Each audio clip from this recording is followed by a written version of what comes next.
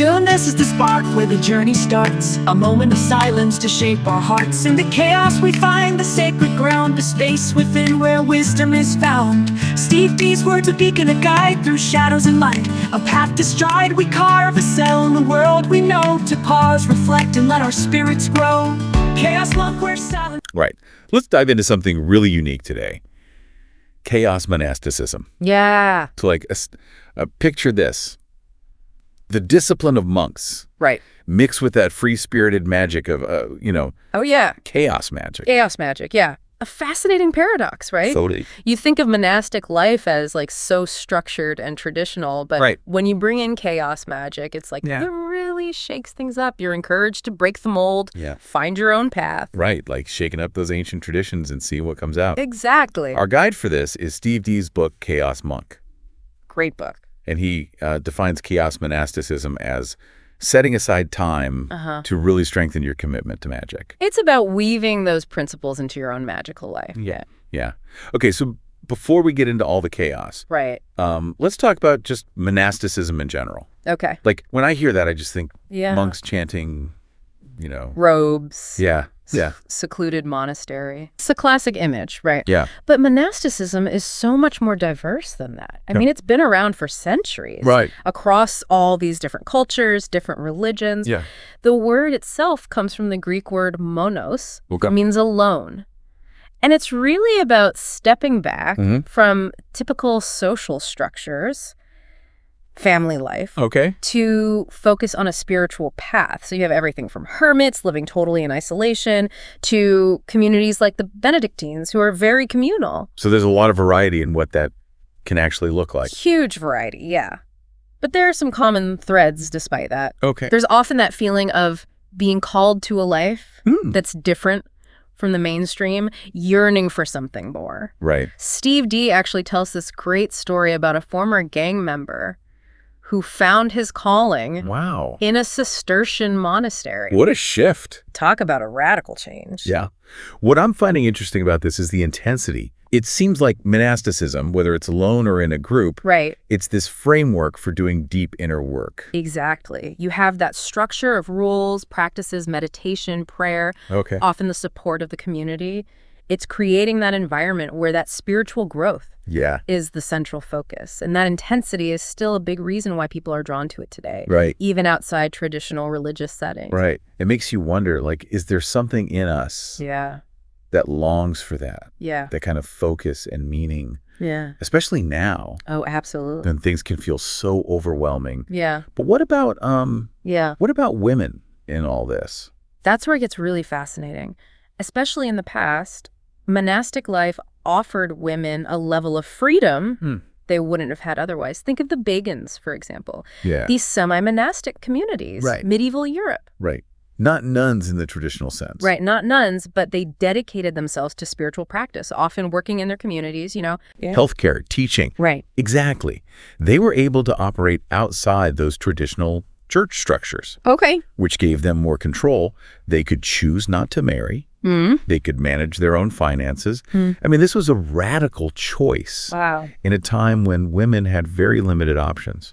So they were kind of creating their own path in a way. Absolutely. Their own version of what a meaningful life could look like. Yeah. Challenging societal norms. Right. Carving out that space for themselves. Of course, they faced pushback. Right. But their communities thrived for centuries. It's inspiring to see how, like, throughout history, people have tried to find these ways of living that are different. Absolutely. But how do we bring this back to chaos monasticism? Right. And make it relevant now?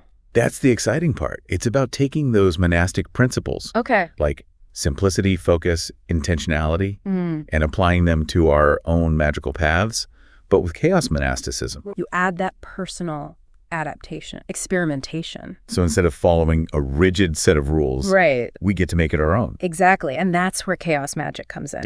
It's all about finding what works for you, questioning assumptions, breaking down dogma, forging your own unique path. I see how these, like, seemingly opposite ideas can actually go together well. Totally. Chaos and monasticism, each bringing their strengths. Yeah, exactly. But how does that play out in practice? Well, let's look at the work of Pete Carroll, a prominent figure in chaos magic. In Liber Chaos, he outlines this vision of chaos monasticism that really challenges our preconceived notions. For example, he suggests channeling sexual energy into magical pursuits. Monks and sex magic, that's not what I was expecting. Right, it definitely breaks the mold. But think about it. In many traditions, celibacy is about directing that energy towards spiritual goals. Right. So he's suggesting we can apply that to magical work. Okay. I can see how that could be powerful. What else? He also proposes this radical idea. The entire planet is your monastery. You don't need to be secluded. You can cultivate that intensity and focus anywhere. Bring it into your daily life. So it's about finding those moments of stillness and presence wherever you are, even if it's chaotic. Yeah, like you carry that monastic space within you. Right. Okay. So how does somebody put that into practice? Right. What would like a week or a month even of chaos monasticism look like? That's where the real magic happens. We'll get into some specifics later in our deep dive, but first I think it's important to explore some of the concepts from Chaos Monk that can help us understand this tension between chaos and monasticism, how it leads to some powerful insights. Hi people, next week we will have videos continuously about chaos magic. So if you like chaos magic and you want some reference about some books, good books, I will show in the next three days in this week, okay?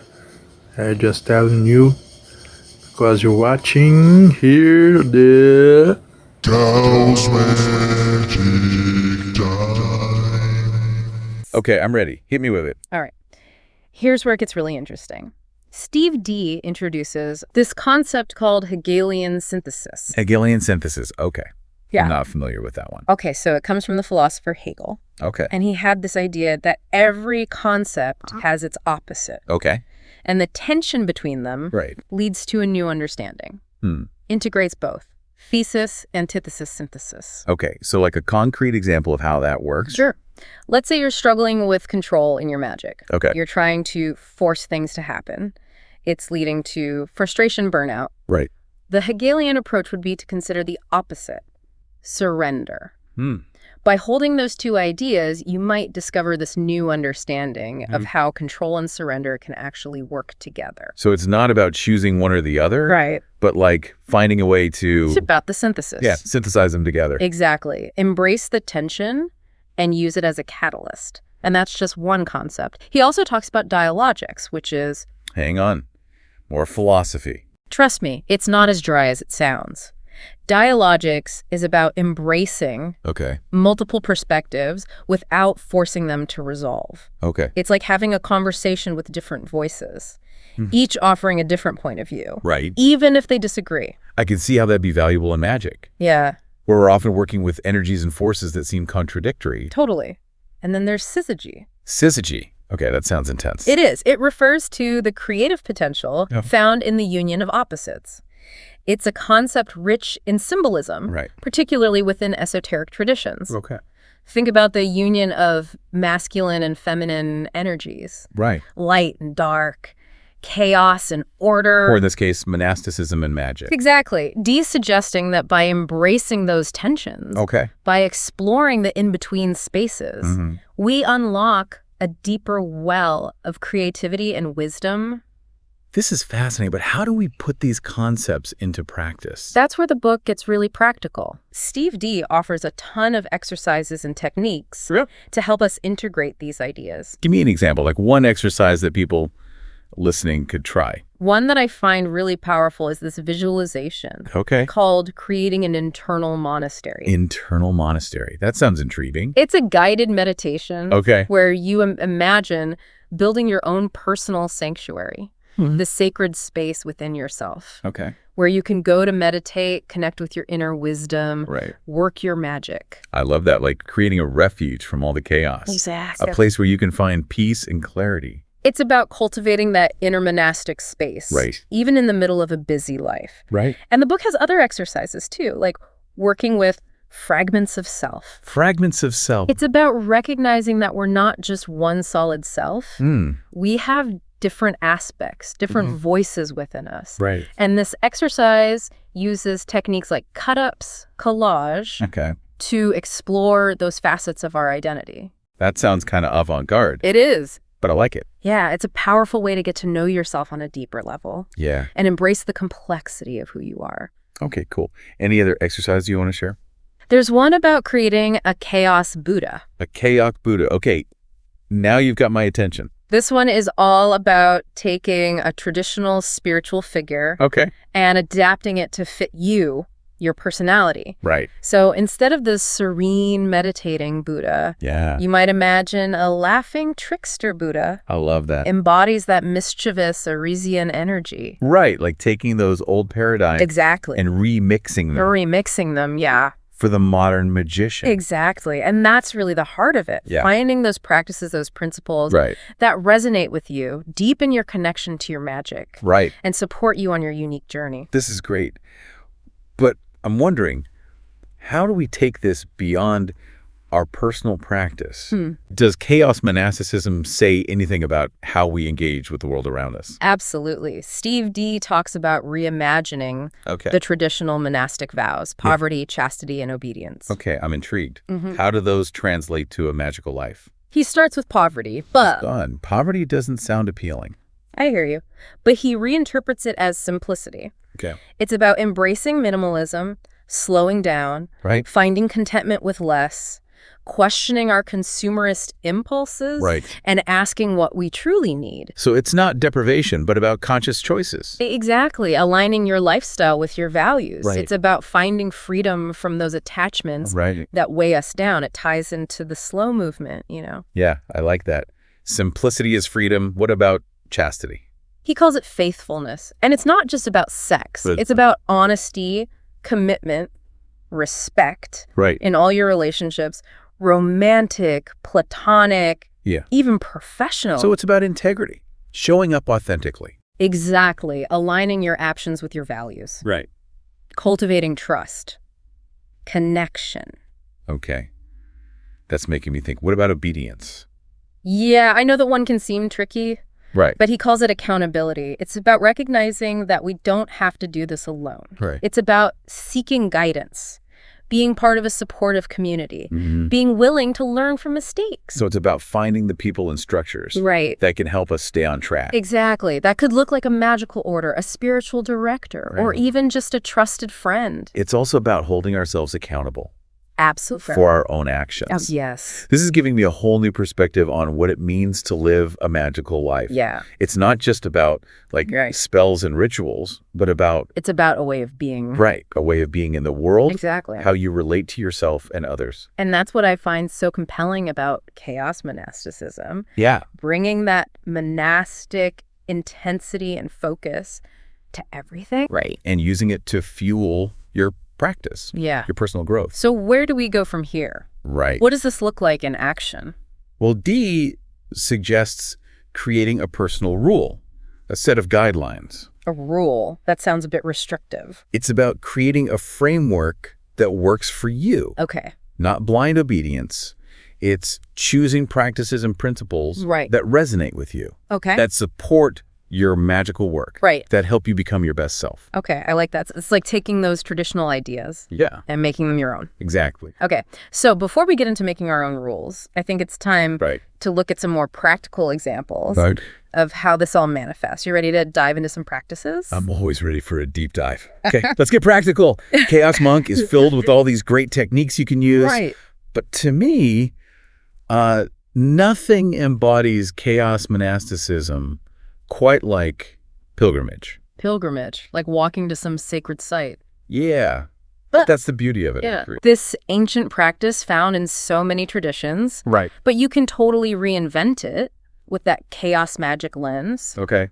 Think of pilgrimage as a journey with a purpose. Okay. Exploring the intersection of your inner world and that outer world. So it's about the journey itself. Exactly. It's a powerful way to engage with these liminal spaces. Yeah. Confront your limitations. Right. Connect with something bigger than yourself. And it can happen anywhere. Absolutely. You can have that pilgrimage experience in your city, in a park, even at home. Okay. The key is to set an intention. Right. Bring that mindful awareness to your movement. Okay. And be open to the unexpected. Okay. But how do we make it a bit more chaotic? That's where psychogeography comes in. Okay. It's like pilgrimage's more adventurous cousin. It blurs the lines between art, exploration, and magic. Okay. You're still working with the landscape. Right. But with psychogeography, you're disrupting your usual ways of interacting. So it's less about following a path and more about finding your own. Exactly. You might use like a map of a different city to navigate your neighborhood. Okay. Or flip a coin at each intersection. I like that. To decide where to turn. It's about shaking things up, getting disoriented, right, and seeing what happens. So you could end up somewhere completely different than you planned. Maybe. But getting lost is the best way to find yourself sometimes, right? Or to discover something new. Remember, in chaos magic, chaos isn't the enemy. Right. It's the catalyst. Okay, so how can our listeners actually try this? It's easier than you think. Start by setting an intention. Okay. What do you want to explore? What questions do you have? Yeah. Then choose a location, a park, a different part of town. Okay, intention, location, then what? Get creative. How are you going to interact with the space? Okay. Walk backward. Pay attention to only sounds, smells. Choose your route based on shadows. Wow. There are endless ways to do it. That sounds fun, but also a little scary. Stepping outside your comfort zone? Exactly. It's about embracing that edge. Right. Where the known meets the unknown. And who knows what you might find. Okay, so pilgrimage, psychogeography, what else? There's a powerful exercise focused on pathworking. Pathworking, what's that? It's all about consciously journeying through your inner landscape. So like guided meditation. Similar, but it's designed to help you explore those symbolic realms, your unconscious mind. Okay. You're creating a map of your inner world and then using it to navigate different aspects of yourself. Your psyche, shadow side, all of it. So it's like getting to know yourself better. Right. On a really deep level, confronting things you might not normally face. Exactly. It's a powerful tool for magic, too. Connecting with spirit guides, exploring past lives. Wow. The possibilities are endless. Okay, I'm sold. How do you do it? Chaos Monk provides a specific framework, All but the basics are simple. First, create a setting for your journey. A forest, a desert, a mountaintop. It's like setting the scene for a dream. Exactly. Then create a path, a route through this landscape. Okay. This path might lead you to challenges or to encounters with figures. It's all about what you want to explore. So it can be really personal. Very personal. What kinds of things might you encounter? Anything. A wise old hermit. A guardian. A trickster. You might face a river, a mountain, a labyrinth. Like those hero's journeys we see in stories. Exactly. It's about going on your own hero's journey, facing your demons, and discovering your strengths. How does this connect to chaos monasticism? Remember those monastic vows. Simplicity, faithfulness, accountability. Yeah. Pathworking can be a way to explore those on a deeper level. Like how? Say you're working with simplicity. You could create a pathworking journey that takes you to a minimalist temple. Or a hermit's hut. And by experiencing it symbolically, you're more likely to live it. Right. It's about bringing those abstract ideas into a more real experience. That makes sense. So we've got pilgrimage, psychogeography, and pathworking. What else is there?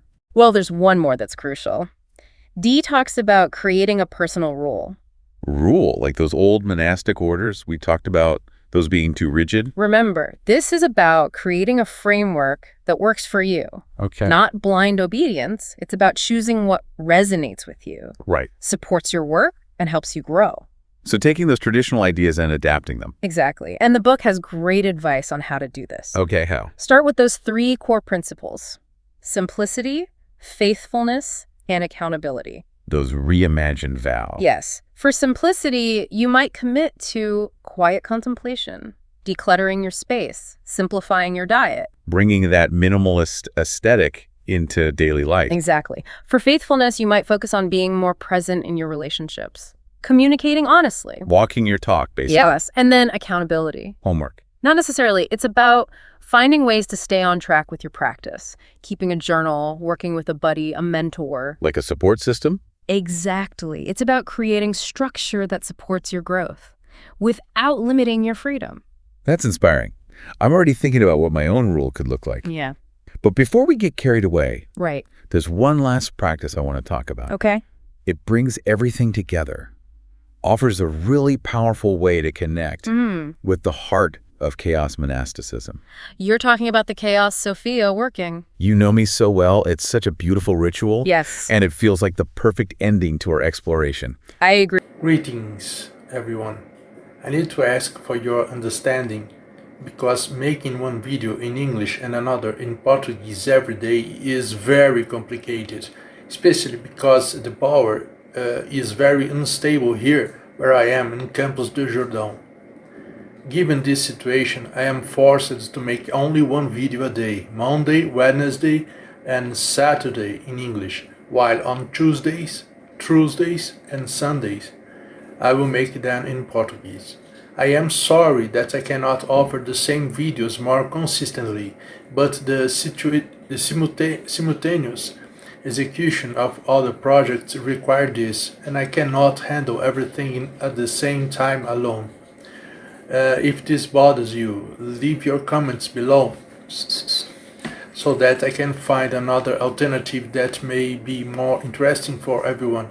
After all, it seems that it is unfeasible, even for you viewers, to see a different video every day given the increasing drop in views, the more I insist on making one video a day. Well, the most important thing is for you to give your opinion in the comments, knowing that next Monday the videos in Portuguese will start a new cycle, leaving the sequence of videos of works related to the Necronomicon. Hugs. Bye. Are you ready to dive in? Absolutely. Let's explore it. All right, we're wrapping up our Chaos Monasticism deep dive with Steve D's Chaos Sophia working. Ooh, good one. I know Sophia might make some people think of like ancient Greece. Right, yeah, there's definitely a connection. But in those like Gnostic mystical traditions, Right. Sophia represents divine wisdom. Oh, wow. She's this feminine principle of creation and knowledge. So not just like book smarts. No, it's deeper, it's intuitive, it's like those aha moments. Right, okay. Those flashes of insight that change your perspective. So how does this connect to chaos magic and monasticism? That's what's so cool about it. It blends those energies. Okay.